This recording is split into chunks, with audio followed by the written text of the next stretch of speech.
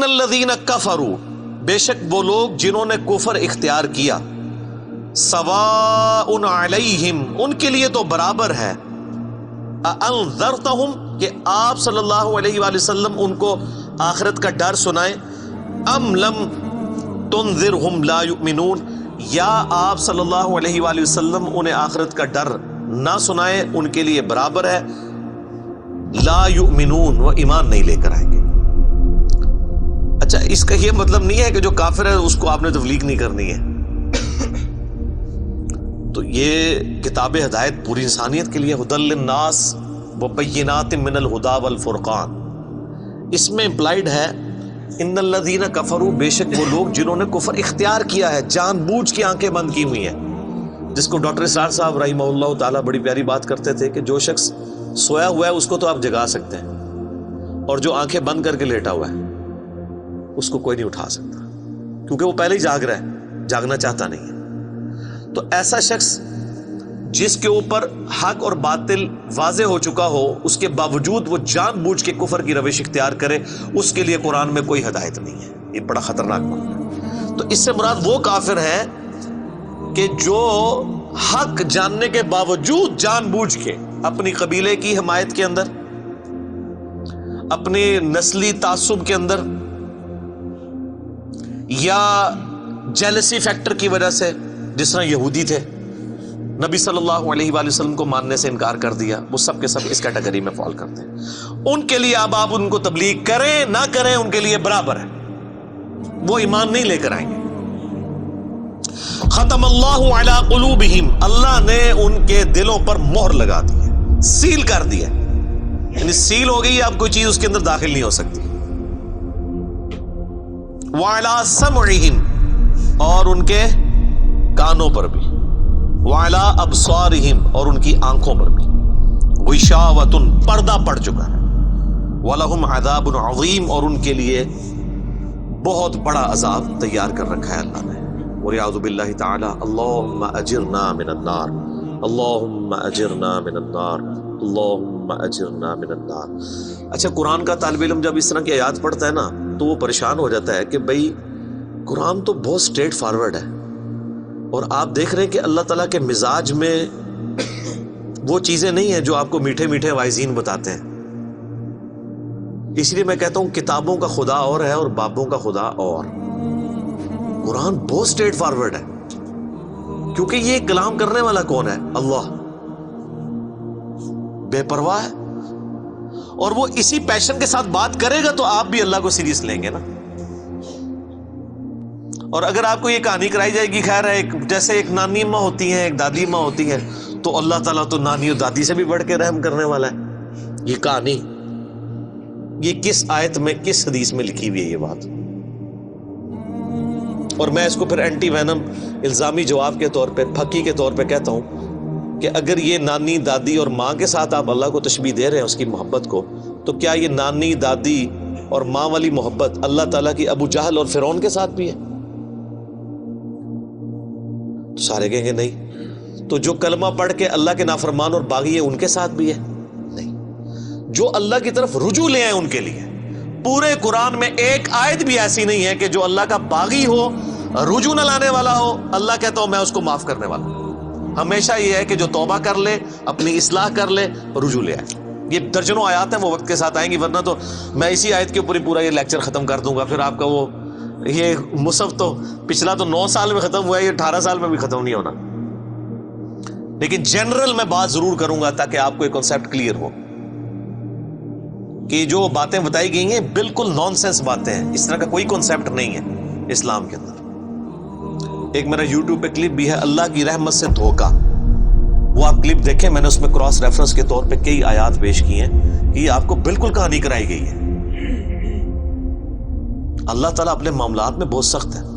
اچھا، اس کی وجہ سے بعض لوگوں کے دماغ میں یہ بھی آ جاتا ہے کہ یار اللہ تعالیٰ دیکھو مور لگا دیتا ہے، نعوذ باللہ اللہ تعالیٰ کی اپروچ بڑی کوئی فنیٹک والی ہے، نعوذ باللہ۔ ایسا نہیں ہے، یہ ان لوگوں کے لیے جو جان بوجھ کے حق سے اناد کرتے ہیں، تو پھر اللہ تعالیٰ کہ غضب کا کوڑا ان پہ پڑتا ہے کہ یار ان کو بات سمجھ بھی آ گئی تھی، اس کے باوجود انہوں نے یہ کیا ہے، اب میں ان کو نہیں چھوڑوں گا۔ اب ان کے اندر ہدایت داخل بھی نہیں ہو سکے گی.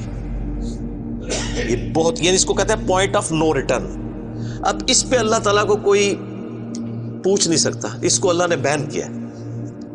لا يسأل عما يفعل وهم يسألون. اللہ کو کوئی نہیں پوچھ سکتا اس نے کوئی کام کیوں کیا. اللہ ہر ایک کو پوچھ سکتا ہے. یہ اللہ کو گلہ نہیں کیا جا سکتا. رب ہے، مالک ہے، اس نے اپنے لیے رول طے کیا کہ بھئی جب پوائنٹ آف نو ریٹرن پہ کوئی بندہ پہنچے گا، سچائی قبول کرنے کے باوجود وہ حق سے اناد کرے گا، اس کو نظر آ جائے گی سچائی ہے، پھر بھی وہ اناد کر دے گا، پھر میں موت لگا دوں گا. آؤ پھر وقت کا پیغمبر بھی اس کو ہدایت نہیں دے سکتا. انک لا تہدی من احببت ولکن اللہ یہدی من یشاء. اے نبی، جس سے تم محبت کرتے ہو تم بھی اسے ہدایت نہیں دے سکتے. اللہ جسے چاہتا ہے ہدایت دیتا ہے. ہدایت کس کو دیتا ہے؟ والذین جاہدوا فینا لنہدینہم سبلنا. جو لوگ ہماری راہ میں کوشش کریں گے ان کے لیے ہم اپنی راہیں کھولیں گے. اس کائنات کی سب سے ایلیٹ چیز ایمان ہے، جس کے اوپر ہمیشہ کی کامیابیوں اور ناکامیوں کا فیصلہ ہونے والا ہے. تو آپ کیا سمجھتے ہیں کہ آپ کو یہ راہ چلتے فٹ پاتھ پہ گری پڑی مل جائے گی؟ اس کے لیے کوئی ایفرٹ پٹ نہیں کرنی پڑے گی. اور دنیا میں جس چیز کی منفعت چند سالوں کے لیے ہو وہ بھی اتنی ایفرٹ پٹ کرنے کے بعد ملتی ہے، اور جس سے ہمیشہ کی کامیابیاں آپ کا مقدر ہونے والی ہیں، آپ سمجھتے ہیں کہ وہ آپ کو چنگے جی لگ جائے گی، مفت میں ہی مل جائے گی؟ نہیں، ناٹ ایٹ آل.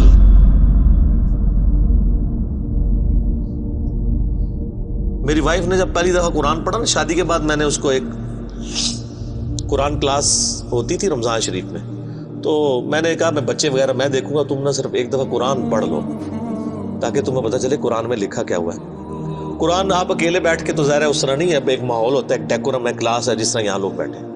تو رمضان میں پورا قرآن اس نے مکمل کیا نا، تو میں نے اس سے پوچھا تم نے کیا یعنی اس سے حاصل کیا؟ اس نے کہا جی اللہ بہت سخت ہے، اور جس خدا کا تعارف ہمیں ہمارے ماں باپ اور یہ معاشرہ کرواتا ہے وہ خدا نہیں ہے جو قرآن میں ہے. اللہ تو اپنے معاملات میں بہت سخت ہے. یہ کتاب انذار ہے، تبشیر اور بشارت ان کے لیے جو بات مانتے ہیں. جو نہیں مانتے ہیں ان کے لیے عذاب کا کوڑا ہے یہ کتاب. کیونکہ اللہ ہے نا، یہ کائنات اس نے اس لیے بنائی ہے کہ آپ جانوروں کی طرح کھائیں پیئیں، اولاد پیدا کریں اور مر جائیں.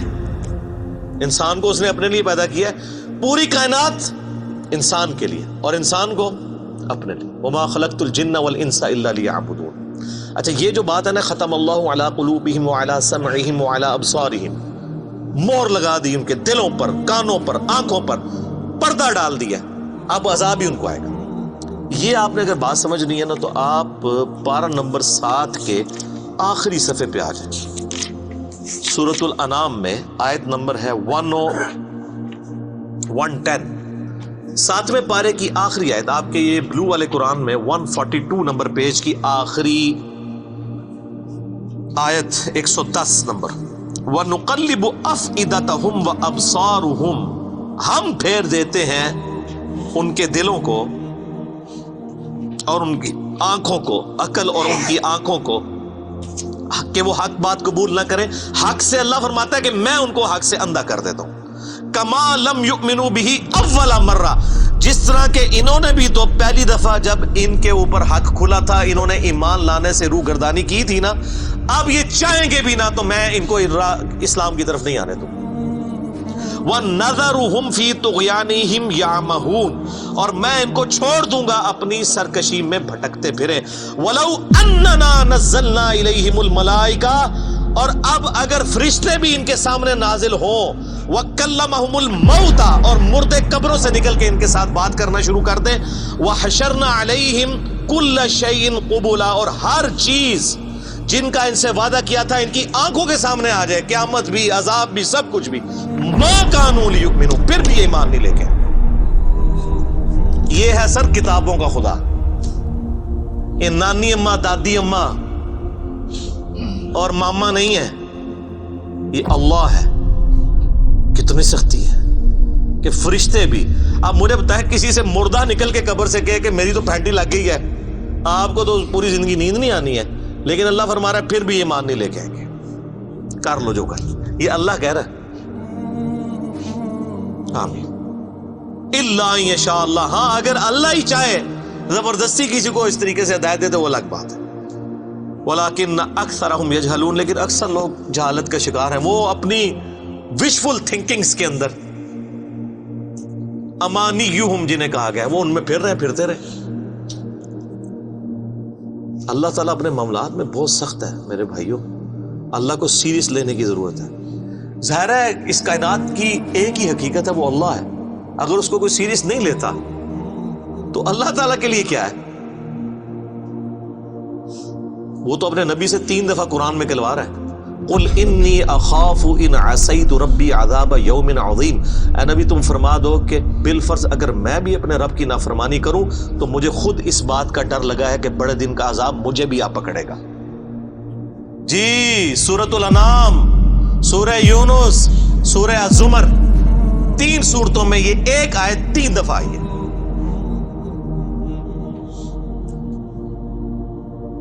آپ مجھے بتائیں جو آپ کو کہتے ہیں جناب ہم بخشوا لیں گے، ہم اپنے مریدوں کو لے جائیں گے، اور تو انہوں کھنگن نہیں دینا کسی نے ہوتے، تو یہ اس لیے کہ نہ انہوں نے خود قرآن پڑھا ہوا ہے اور نہ آپ کو پڑھنے دیں گے، ورنہ آپ کا دماغ کھل جائے گا۔ او جی گاڈ از آل لونگ، یہ کرسچنس نے بھی ایک دھوکہ دیا ہے نا، گاڈ از آل لونگ، تو میں نے ان کو بھی پھکی دی تھی کہ اگر گاڈ از آل لونگ ہے اور وہ آل لونگ کا کانسیپٹ پھر صوفیاء کے ہاں ادھر مسلمانوں میں بھی داخل ہوا، وہ جی اللہ کو ہماری نمازیں چاہیے، اور سر اللہ نے کب کہا مجھے تمہاری نمازیں چاہیے؟ اللہ کہتا ہے تمہیں تمہارے لیے نمازیں چاہیے، اللہ کے لیے نہیں، اپنے لیے۔ گاڈ از آل لونگ، او آل لونگ اس کے لیے ہے جو اس کا بندہ بن جائے گا، باقی کے لیے نہیں۔ تو پھر میں نے ان کو دنیاوی طور پہ ایک الزامی جواب، اینٹی وینم پھکی دی ہے کہ بتاؤ تمہارے دشمن کی بھی بیوی ہو اگر کوئی اور اس کے چھوٹے چھوٹے 4 بچے ہوں، کیا تم اپنے دشمن کے لیے خواہش رکھو گے کہ اس کی بیوی چھوٹے چھوٹے 4 بچے چھوڑ کے مر جائے اور اس کے بچے سوتیلی ماں کے ہاتھوں پٹتے رہے، ان کے مینٹل ماڈلز تک بدل جائیں؟ سارے کہیں گے نہیں نہیں جی، کیوں نہیں؟ دل پسیجتا ہے۔ اچھا آپ کا دل پسیجتا ہے اور آپ نے ہمیں یہ کہانی کرائی ہے کہ اللہ تعالیٰ ماں سے اتنے گنا اور دادی سے اتنے گنا اور نانی سے اتنے گنا محبت کرتا ہے، تو وہ اللہ روزانہ ہزاروں ایسی عورتوں کو موت کیوں دیتا ہے جن کے 4 چھوٹے چھوٹے بچے ہوتے ہیں؟ اس پہ ساروں کی زبانیں گنگ ہو جاتی ہیں۔ اگر وہ آل لونگ ہے کیوں موت دیتا ہے؟ آپ تو اپنے دشمن کی بیوی کو بھی موت نہ دیں، وہ روزانہ ہزاروں ایسی ماؤں کو موت کیوں دیتا ہے جن کے چھوٹے چھوٹے بچے ہوتے ہیں؟ اس کا مطلب ہے آپ نے جو احساسات ڈیولپ کیے ہوئے ہیں کہ اللہ اپنے بندوں کے ساتھ یہ کرتا ہے، وہ نہیں ہے۔ اللہ اپنے احساسات کا اسیر نہیں ہے، اللہ کے وہ جذبات نہیں ہیں جو آپ کے ہوتے ہیں، وہ بے پرواہ ہے۔ ہاں جو اس کا ہو جائے نا اس کے لیے معاملہ الگ ہے۔ وہ صحیح بخاری میں حدیث ہے کہ جس نے میرے ولی کے ساتھ دشمنی کی میرا اعلان جنگ ہے اس کے خلاف، اور انسان میرا قرب نہیں حاصل کرتا مگر فرائض کے ذریعے اور نوافل پہ استقامت کے ذریعے اس لیول پہ پہنچ جاتا ہے کہ میں اس کے ہاتھ بن جاتا ہوں جس سے وہ پکڑتا ہے، میں اس کے کان بن جاتا ہوں جس سے وہ سنتا ہے، میں اس کی آنکھیں بن جاتا ہوں جس سے وہ دیکھتا ہے، میں اس کے پاؤں بن جاتا ہوں جس سے وہ چلتا ہے۔ اچھا ادھر ہی حدیث روک دیتے ہیں صوفیاء اور وہ کہتے ہیں نہیں وہ خود ہی خدا بن گیا، ایتھوں ہاتھ پائے گا انج ہو جائے گا۔ وہ آگے پڑھو کیا لکھا ہوا ہے، وہ جب اپنے دشمن کے اگینسٹ مجھ سے پناہ طلب کرتا ہے میں اسے پناہ عطا کرتا ہوں۔ اگر وہ اللہ ہی سے پناہ طلب کر رہا ہے تو وہ پھر ہاتھ مارنے جو تو نا، یہ ہاتھ بن جاتا ہوں، پاؤں بن جاتا ہوں، کان بن جاتا ہوں، اس سے مراد یہ کہ اس کا اوڑھنا بچھونا پھر میں ہی بن جاتا ہوں۔ قل ان صلاتی و نسکی و محیای و مماتی للہ رب العالمین، اے نبی تم فرما دو بے شک میری نماز، میری قربانی، میرا جینا، میرا مرنا سب اللہ کے لیے۔ اوڑھنا بچھونا اللہ بن جاتا ہے۔ اس حدیث کے آگے الفاظ ہیں، اللہ تعالیٰ فرماتا ہے مجھے کبھی کسی معاملے میں ہچکچاہٹ نہیں ہوتی سوائے ایک معاملے کے کہ جب مجھے اپنے کسی مومن بندے کو موت دینی پڑتی ہے۔ اللہ کہتا ہے میں بھی اس پہ ریلیکٹڈ ہوتا ہوں، کیوں؟ میرا بندہ موت کو ناپسند کرتا ہے۔ ظاہر ہے موت تو کسی کو بھی پسند نہیں ہے،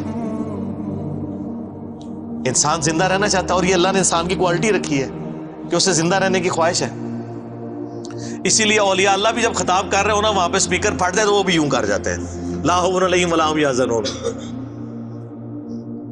کیوں کرتے ہیں؟ یہ نیچرل اللہ نے رکھا ہوا ہے۔